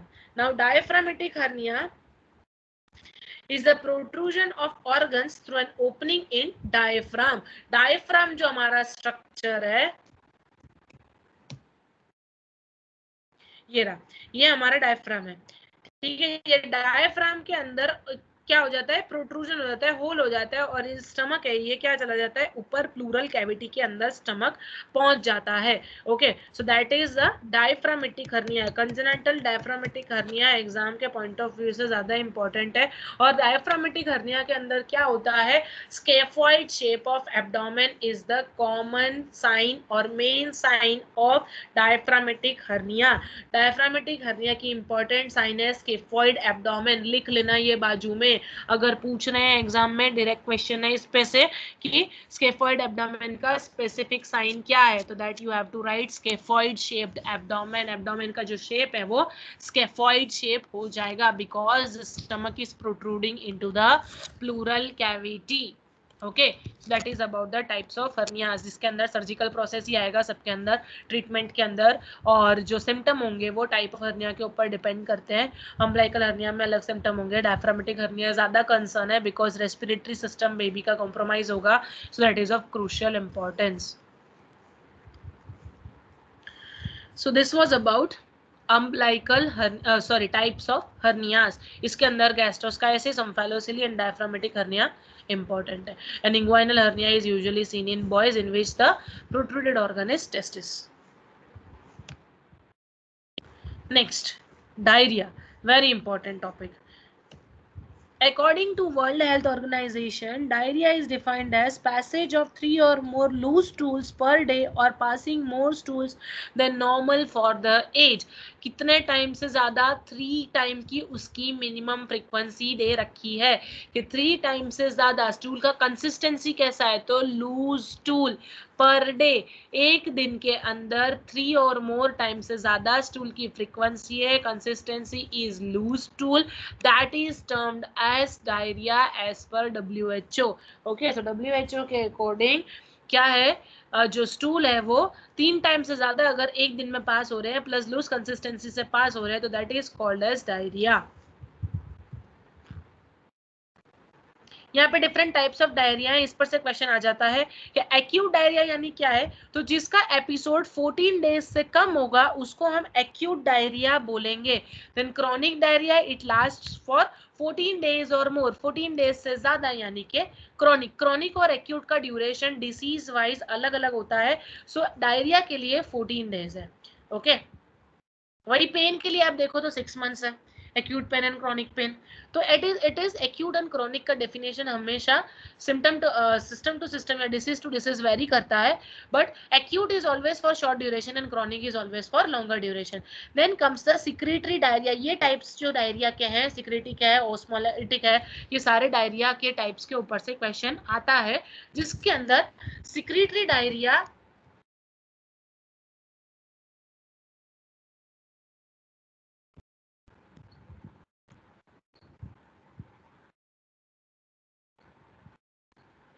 Secretory diarrhea क्या है? So secretory diarrhea means there is an increased inhalation of absorption in intestine. Inhibition of absorption decrease हो जाता है। That means जो digestion का जो part है intestine के अंदर, digest तो हो रहा है content लेकिन absorb नहीं हो रहा, water absorb नहीं हो रहा, mucous membrane as it is है, उस वजह से secretion बढ़ जाएगा and that is mostly seen in cholera toxin. cholera के अंदर देखने मिलता है। इसलिए इसका जो cholera के अंदर जो particularly stool है उसका कैटेगरी कैसा होता है, उसका जो क्राइटेरिया उसका कंसिस्टेंसी कैसा होता है? Rice watery stool, that is completely watery. Why? Because of the presence of excessive secretion and mucous membrane की वजह से that seems to be rice water coloured. Okay, excessive white colour का stool होगा, that is the sign of cholera, that is a type of excretory diarrhoea, that is inhibition of absorption of intestine.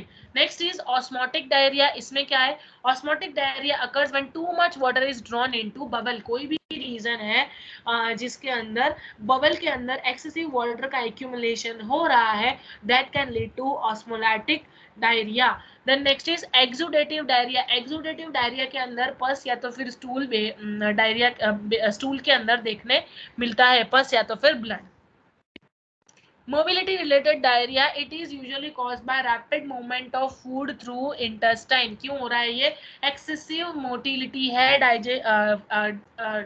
Digestive track के अंदर, तो क्या होगा? Motility diarrhoea होगा। Because of excessive peristaltic movement food को absorb होने का time ही नहीं मिला है। सो फूड क्या होगा? जितनी जल्दी इनटेक हुआ है उतनी जल्दी उसका रिमूव हो जाएगा वो फूड डाइजेस्टिव ट्रैक में से। Okay, so that is मोटिलेटेड related diarrhoea and consistency भी कैसी होगी? उसकी लूज होगी। Why? Because excessive water content bubble के अंदर से एब्जॉर्ब हुआ ही नहीं है। सो जो मोटिलिटी रिलेटेड डायरिया देखने मिलता है, ये यूजुअली मोटिलिटी रिलेटेड जो डायरिया है वो हाइपर थायराइड पेशेंट्स के अंदर ज्यादा देखने मिलता है।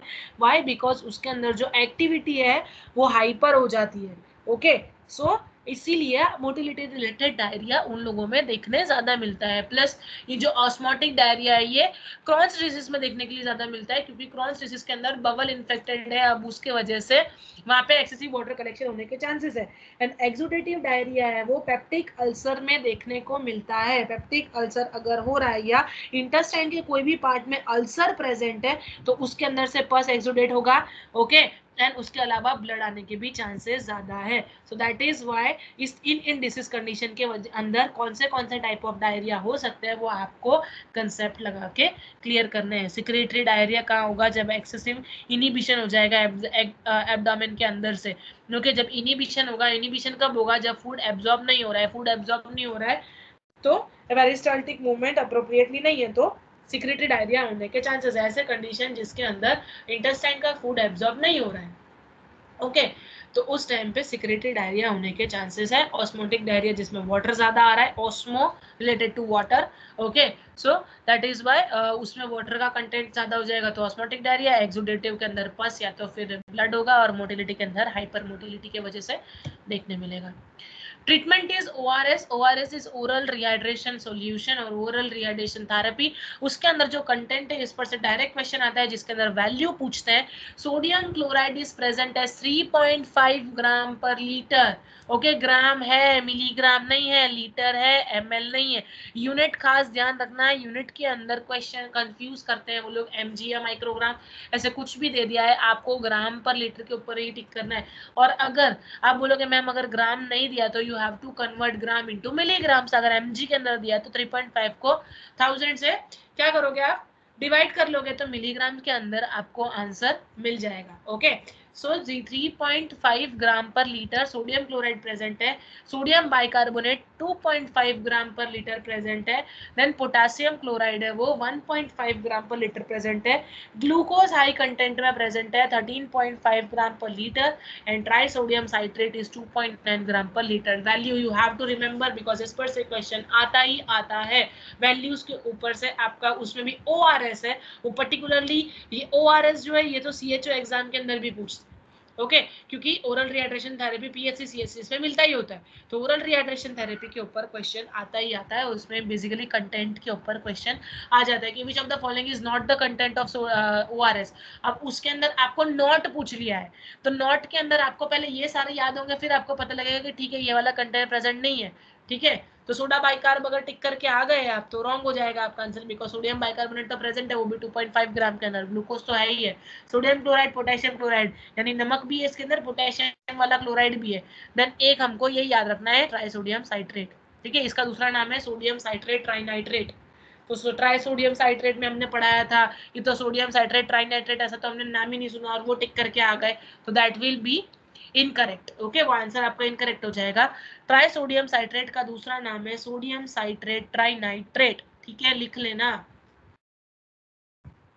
ईयर वाइज ओआरएस का सॉल्यूशन हम कैसे प्रोवाइड करेंगे, if the age of the child is less than 24 months, 24 months यानी कि 2 साल से कम का बच्चा है तो 500 ml पर डे हम उसको प्रोवाइड करेंगे, ओके देन 2 से 10 ईयर्स का बच्चा है तो 1000 ml पर डे उसको प्रोवाइड किया जाएगा, और अगर मोर देन 10 ईयर्स है तो 2000 ml पर डे उसको ओआरएस प्रोवाइड करा जाएगा। दैट मीन्स आपको उन लोगों को ये बताना है जो चाइल्ड है या फिर चाइल्ड के पेरेंट्स है उन लोगों को इस तरह से बताना है। अब सपोज एग्जाम के अंदर हमने ml और 2000 ml ऐसा पढ़ लिया और एग्जाम में ग्लास पूछा है तो आपको क्या लिखना है, तो 2 लेस देन 2 मंथ्स को तो 2 ही ग्लास होगा, 1 से 2 ग्लास यानी 500 ml कंसिडर करेंगे। 1000 ml पर डे 2 से 10 साल के बच्चों तक है तो इन लोगों को 6 से 7 ग्लास देंगे, या और 10 साल के बच्चों में 2000 ml तो इनको 10 से 12 ग्लास पर डे ओआरएस के पीने हैं। तो अगर आपको क्वेश्चन ग्लासेस में आ रहा है तो भी आप लिख सकते हो 10 साल के बच्चों को 10 से 12 ग्लास होगा, और 6 से 10 ग्लास हम 2 से 10 ईयर्स के बच्चों को कंसिडर करेंगे, और लेस देन 10 ईयर्स को 2 to 4 ग्लासेस पर डे ही हम एडमिनिस्टर करेंगे।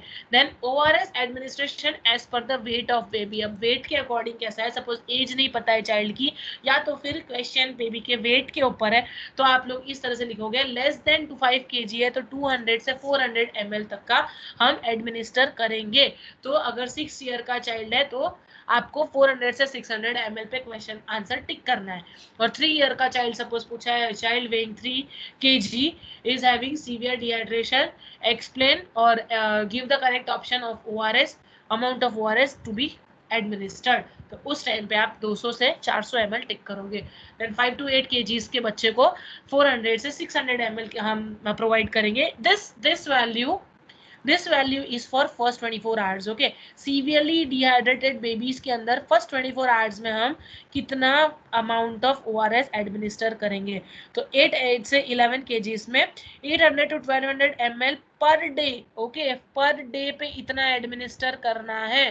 देन 16 to 13 kgs में 1200 to 2200 ml एडमिनिस्टर करेंगे एंड मोर देन 30 kgs में मोर देन 2200 ml हम बेबी को एडमिनिस्टर करेंगे ORS।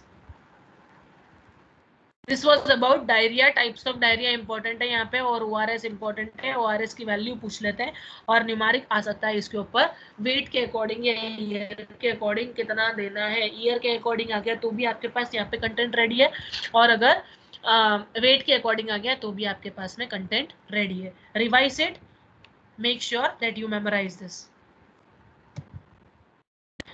Next topic is appendicitis. Appendicitis के ऊपर से इसका साइट पूछ लेते हैं कि कौन से, क्या उसकी पॉजिटिव साइन है, कौन से साइन को हम कंसीडर करेंगे, या कौन सा पेन को हम एपेंडिसाइटिस का पेन बोलेंगे, ये चीजें एग्जाम में पूछते हैं। What is appendicitis? So first of all, appendicitis is inflammation of appendix that prevents mucus from passing into cecum. Okay, appendicitis यानी कि appendix का infection है।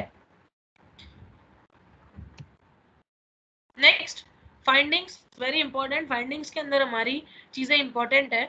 The first one is diffuse pain and localise pain in lower right quadrant. Lower right quadrant के अंदर pain हो रहा है, right hypogastric area. Okay, right hypogastric area के अंदर पेन हो रहा है, एपिगैस्ट्रिक एरिया, इलियाक एरिया और हाइपोगैस्ट्रिक एरिया, और राइट, लेफ्ट और मिड लाइन। ओके, ये पार्ट में डिवाइडेड है। ये एब्डोमिनल जो क्वाड्रेंट है उसके 9 क्वाड्रेंट्स होते हैं, यस, और उसके अंदर epigastric, hypogastric and iliac region है, ये 3 चीजें हैं, यस। तो उसमें से लोअर राइट क्वाड्रेंट यानी कि कौन सा एरिया होगा, right hypogastric area. Okay, hypogastric area right side का। Now nausea and vomiting will be seen, guarding of abdomen and rebound tenderness। rebound tenderness होगा, बेबी का जो बेबी का एब्डोमेन है वहां पे हमें टेंडरनेस देखने मिलेगा। The difference between pain and tenderness is tenderness is usually seen while touching। ठीक है, टच करने पे पेन हो रहा है along with presence of redness, that is called as tenderness, and pain ऐसे ही होता है विदाउट टचिंग और without any physical stimuli. That is the difference between pain and tenderness. AIIMS के क्वेश्चन इस तरह से भी आते हैं, तो you have to you should know the difference between pain and tenderness। decreased bowel movements, fever क्योंकि इन्फेक्शन है, positive obturator sign and positive Rosing sign important, plus lower right quadrant में पेन हो रहा है वो पॉइंट को क्या बोलेंगे, McBurney's point. McBurney point is important feature of appendicitis. Okay, important है, very very very important, McBurney's point. A positive obturator sign and Rovsing signs are important for appendicitis। obturator sign में क्या होगा कि जब आप बेबी को supine position में place करोगे और बेबी को उसकी नीज को लिफ्ट करने के लिए बोलोगे, तो उस टाइम पे baby will have pain in the abdomen, that is obturator sign which is positive। and Rovsing sign क्या है, तो Rovsing sign is also called as positive appendix sign, जिसके अंदर if you will touch at the left side of baby's abdomen, baby के left side के abdomen पे आपने touch किया है या वहां पे प्रेशर प्रोवाइड किया है, तो बेबी के राइट साइड पे पेन होगा, यानी मैकबर्नी पॉइंट के ऊपर पेन देखने मिलेगा। That is called as Rovsing positive sign. ठीक है, दो sign very important, very very important, and McBurney's point is very very important for exam point of view. ठीक है, क्वेश्चन है ही है, इसके ऊपर देखना आप पेपर्स, इसके ऊपर क्वेश्चन है। Obturator sign is the important feature of which of the following. Okay, so उस टाइम पे आप obturator sign is important for appendicitis and Rovsing sign is also important for appendicitis। अब ये भी पूछ सकते हैं which of the following, या तो फिर a doctor is asking the child to bend the knees and that shows the pain in abdomen, which of the following is the which this shows which of the following sign। तो उसके अंदर आपको 4 option आ जाएंगे।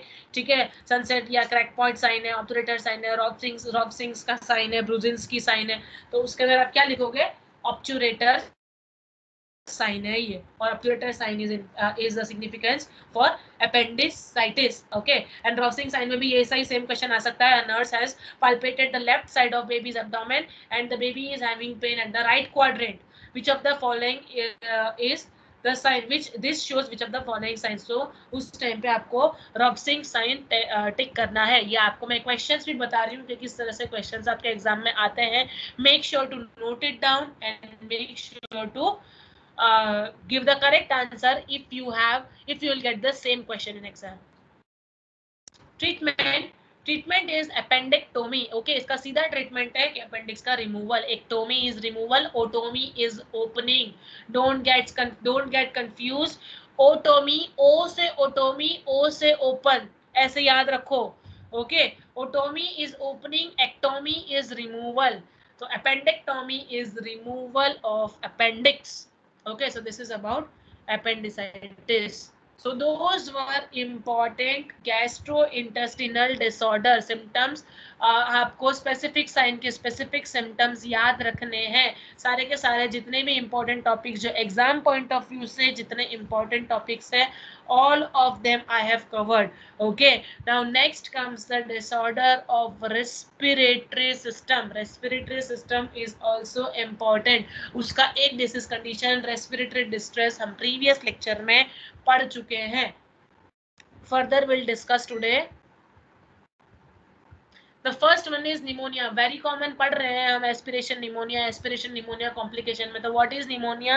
Pneumonia is a condition typically associated with fever and respiratory symptoms, evidence of parenchymal involvement. हमारा जो lungs का parenchyma है उसके अंदर involvement होता है.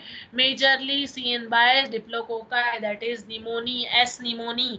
ठीक है, स्ट्रेप्टोकोकल निमोनी नाम के ऑर्गेनिज्म से निमोनिया होने के चांसेस ज्यादा है, but it is not always necessary that pneumonia सिर्फ बैक्टीरिया से ही हो. फंगल निमोनिया भी है, that is atypical pneumonia. Community acquired pneumonia है. ठीक है, अलग अलग स्ट्रेन से भी निमोनिया होने के चांसेस ज्यादा है. सो pneumonia is usually associated that involves parenchymal involvement. Diffusion होता है इसके अंदर. Now the types के अंदर पूछ लेते हैं. एक्सरे का सपोज पिक्चर दे दें कि ये कौन सा टाइप ऑफ निमोनिया है, या तो फिर आपको साइन पूछ ले कि ये लोबार निमोनिया के अंदर स्पेसिफिकली क्या होता है, या तो फिर दोनों लंग्स के लोब्स इन्वॉल्व है, that is called as lobar pneumonia. Okay, so ये सब चीजें इसके ऊपर से क्वेश्चंस आते हैं आपके.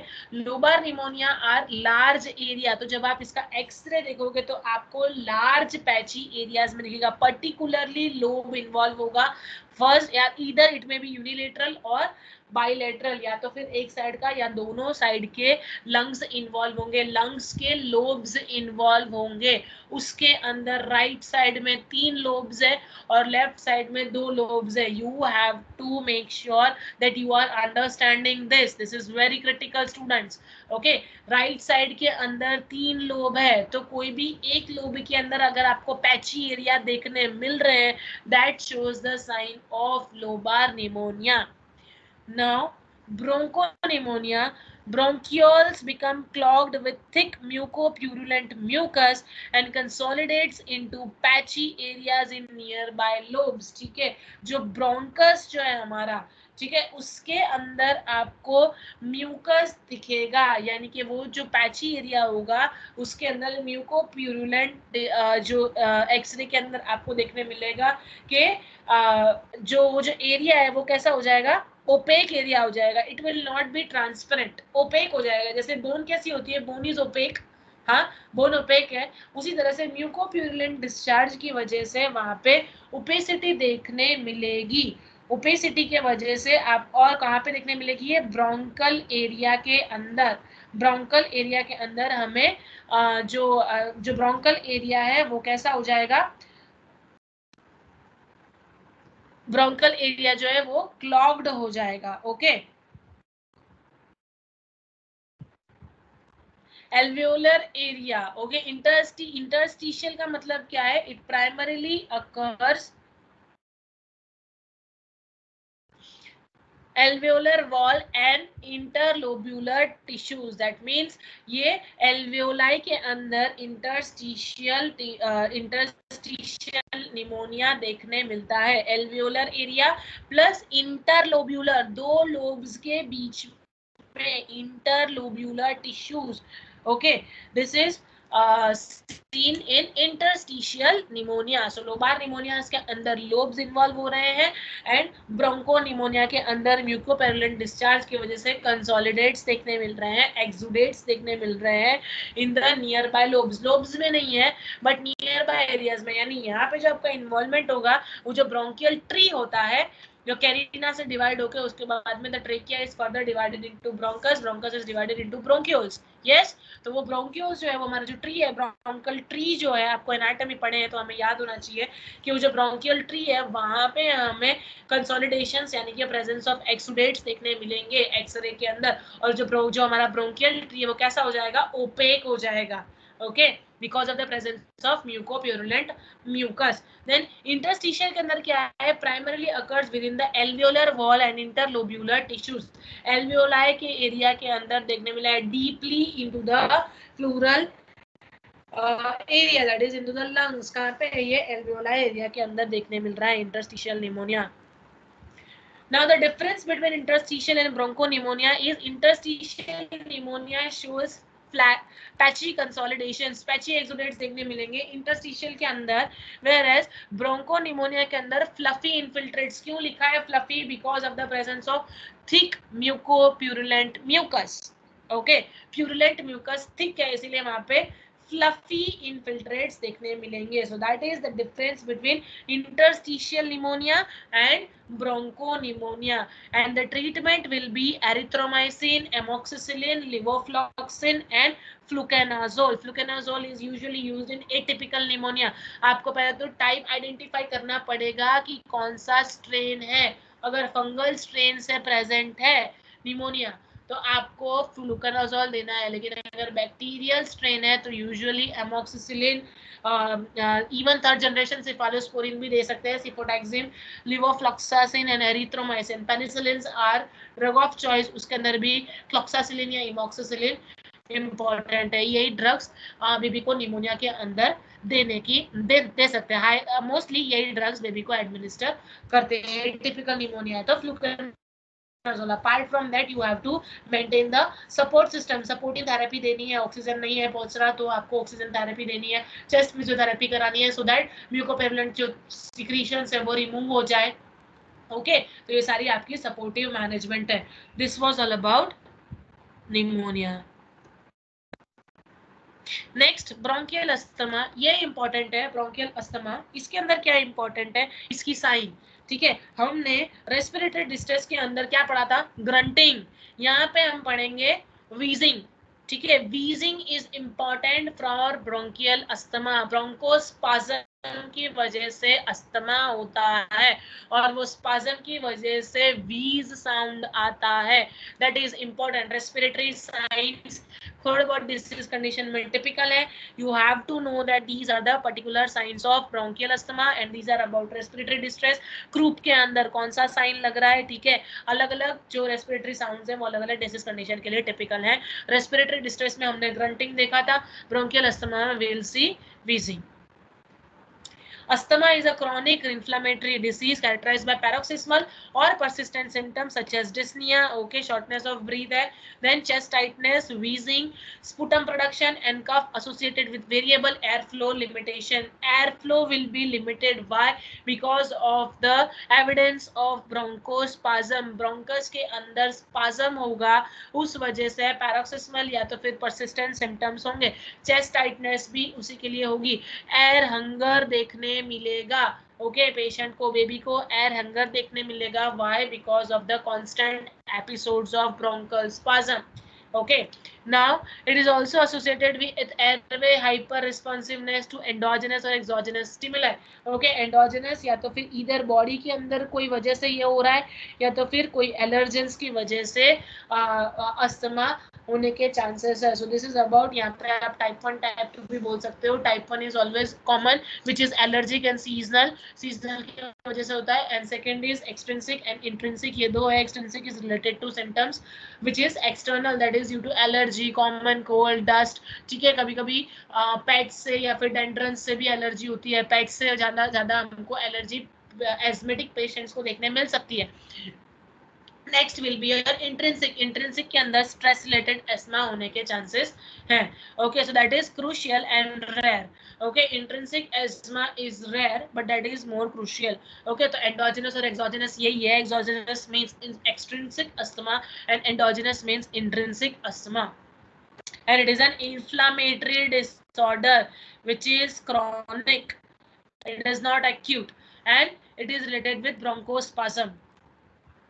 Findings are respiratory distress, obviously spasm हो रहा है, चेस्ट टाइटनेस हो रहा है, एंड यहाँ पे क्या होगा, अस्थमेटिक पेशेंट्स के अंदर आप देखोगे कि इनकी जो ब्रीदिंग है वो डायफ्रामेटिक नहीं है, वो एब्डोमिनल मसल्स इन्वॉल्व करके ब्रीथ कर रहे हैं, एब्डोमिनल मसल्स के थ्रू उनकी ब्रीदिंग होगी। This is the common symptom and this is most important symptom कि यहाँ पे बेबीज जो है या फिर पेशेंट्स जो है वो एब्डोमिनल मसल्स के थ्रू रेस्पिरेशन लेंगे, not diaphragm. Diaphragm is the muscular organ, yes, but diaphragm is not involved here in breathing. Okay, so respiratory distress, shortness of breath is dyspnea.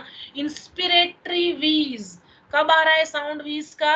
While the time of inspiration, inspiration के time पे wheezing का sound आएगा, particular wheeze sound आएगा, that is the sign of asthma. Then prolonged expiratory phase, जो उसका expiration होगा that will be prolonged, यानी कि सांस जब छोड़ेगा तो वो जो ड्यूरेशन होगा that will be increased. Air trapping, air अंदर जा रहा है but the baby is not able to inhale it, air trap हो रहा है. Why the air is trapping into the tracheal region? Because of bronchospasm, spasm की वजह से एयर एंटर नहीं हो पा रहा है. Then use of accessory muscle for respiration, particularly abdominal respiration देखने मिलता है. Irritability and diaphoresis. Okay, diaphoresis is sweating and irritability. क्यों sweating? Because the muscles are struggling, abdominal muscles are struggling for respiration. Okay, उस वजह से sweating या diaphoresis होने के चांसेस ज्यादा है. अस्थमा के अंदर आपको वीजिंग इंपॉर्टेंट है, इसकी ड्रग्स भी इंपॉर्टेंट है. हाई फाउलर पोजीशन प्रोवाइड करना है सो दैट जो एयरवे वो ओपन रहे, ऑक्सीजन इनहेलेशन देना है, पर्टिकुलरली हुड या नसल प्रोंग से, नहीं है तो वेंचुरी मास्क से दे सकते हैं. ब्रोंको डायलेटर्स एडमिनिस्टर करना है. ब्रोंको डायलेटर्स दो टाइप की है, short acting and long acting. Short acting के अंदर एड्रेनालिन, टर्बिटालिन एंड साल्बुटामोल यही हम देते है यूजुअली पेशेंट्स को. क्लिनिकल साइट्स में you must have observed salbutamol is the most common drug which is used for asthmatic and respiratory bronchospasm या spasm related कोई भी डिसऑर्डर है उसमें साल्बुटामोल ही एडमिनिस्टर करते हैं, and adrenaline is also used. Then long acting के अंदर salmeterol and formoterol, that means जो मीटर डोज इनहेलेशन है जिसको हम पंप बोलते हैं, जो बेबी को पंप देते हैं मीटर डोज का जो पंप होता है, उसके अंदर साल्मेट्रोल एंड फॉर्मेट्रोल का यूज होता है. Salmeterol and formoterol are long acting bronchodilators. इसके अलावा स्टेरॉइड्स भी देने पड़ते हैं, डेक्सोना या तो फिर डेरिफाइलिन जैसे स्टेरॉइड्स भी एडमिनिस्टर करने पड़ते हैं एस्थमेटिक पेशेंट्स को सो दैट जो स्पाज्म है वो रिलीज हो जाए. Okay, then montelukast and zafirlukast, ये भी इंपॉर्टेंट ड्रग्स है, मोस्ट कॉमनली यूज्ड ड्रग्स है. Montelukast and zafirlukast are the one which includes levocetirizine. Levocetirizine इसके अंदर का कंटेंट होता है. मोंटेल्यूकास्ट और ज़ेफिरल्यूकास्ट का जो टैबलेट्स आते हैं ओके उसके अंदर लेवोसिट्राजीन का कंटेंट है विच इज एंटी एलर्जन, वो एंटी हिस्टामाइन की तरह एक्ट करते हैं. मिथाइलजेंट्रेन्स एंड थियोफाइलिन, थियोफाइलिन के अंदर डेरिफाइलिन का टैबलेट हम पेशेंट को एडमिनिस्टर करते हैं. So these are about the medical management which is very important and very crucial as far as asthmatic concern.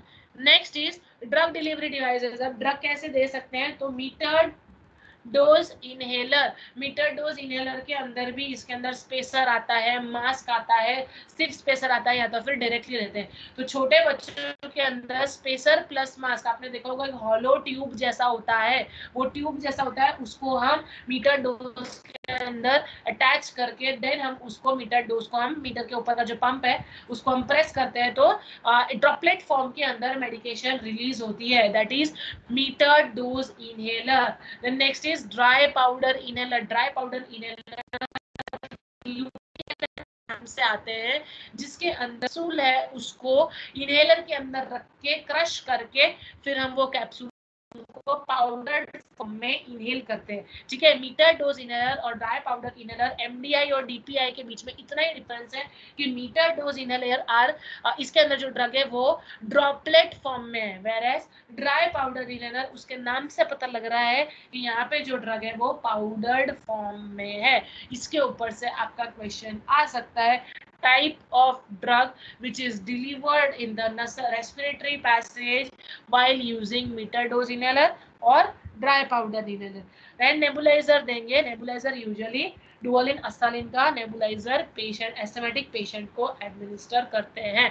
ब्यूडेकॉट डुओलिन दे सकते हैं या तो फिर डुओलिन अस्थालिन का नेबुलाइजर एडमिनिस्टर करते हैं। Nebuliser that means Budecort Duolin Asthalin. Next topic is very important, acute spasmodic croup that is laryngitis। यहाँ पे भी आपको एक साइन इंपॉर्टेंट याद रखनी है। हमने डिस्ट्रेस के अंदर पढ़ा था ग्रंटिंग, अस्थमा के अंदर पढ़ा वीजिंग, यहाँ पे आएगा strider. Okay, strider sound is important in croup. Respiratory distress characterized by paroxysmal attacks of laryngeal obstruction।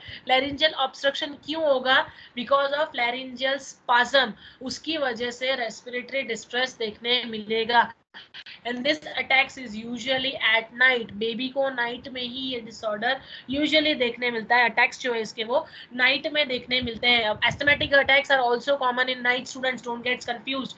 Asthmatic attacks are also common in night, but asthmatic attacks are characterized by wheezing sound, whereas this croup attacks are characterized by stridor sound। stridor is harsh shrill vibrating sound। okay, harsh है sound और vibrating sound है, खर की आवाज आएगी, that is stridor. Okay, so attacks are mostly at night and onset is sudden. Findings, inspiratory stridor, वहां पे हमने क्या पढ़ा? इंस्पिरेटरी वीजिंग, यहाँ पे inspiratory stridor, hoarseness of voice। why? because larynx is involved, larynx is also called as voice box। Okay, so larynx involve है इसीलिए hoarseness of voice देखने मिलेगा। barking cough इंपॉर्टेंट साइन है, क्रूप की sign है barking cough. How the dogs bark, जब baby cough करेगा तो वैसा बार्किंग साउंड आएगा। Okay, that is important. Anxiety, retractions, chest retractions यहाँ भी देखने मिलते हैं, चेस्ट रिट्रैक्शंस डिस्ट्रेस में भी देखने मिलते थे, but distress is characterised by grunting. Asthma के अंदर ऑनसेट नाइट के अंदर है, क्रूप के अंदर भी ऑनसेट नाइट के अंदर है, तो ये सब चीजें क्या करती है? कंफ्यूज करती है। तो क्वेश्चन अगर अप्लाइड आ रहा है, baby with having a night onset of paroxysmal attacks characterized by stridor, which of the following will be the diagnosis? So your diagnosis will be croup. But if the onset is sudden and at night and the respiration or inspiration is characterized by wheeze, at that time your diagnosis will be asthma। okay, and afebrile, fever नहीं आएगा यहाँ पे, and the skin will be cool and clammy skin हो जाएगी because of the lack of oxygen। cool and clammy skin will be seen।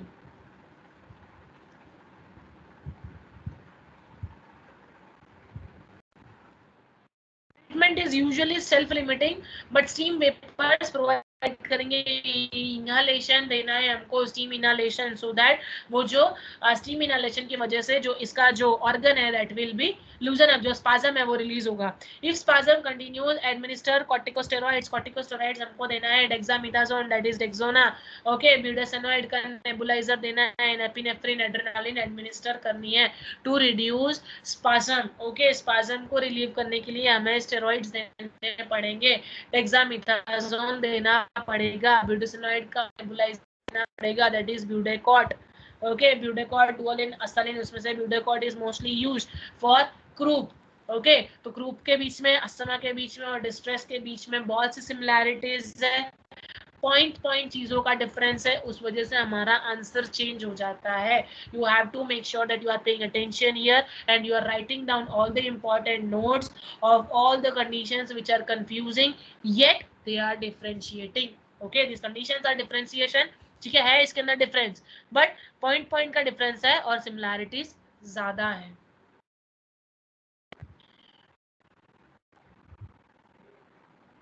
Okay, So this was all about your today's lecture. I hope it was understood to you all. Recording will be shared to you shortly and you can leave. Thank you so much.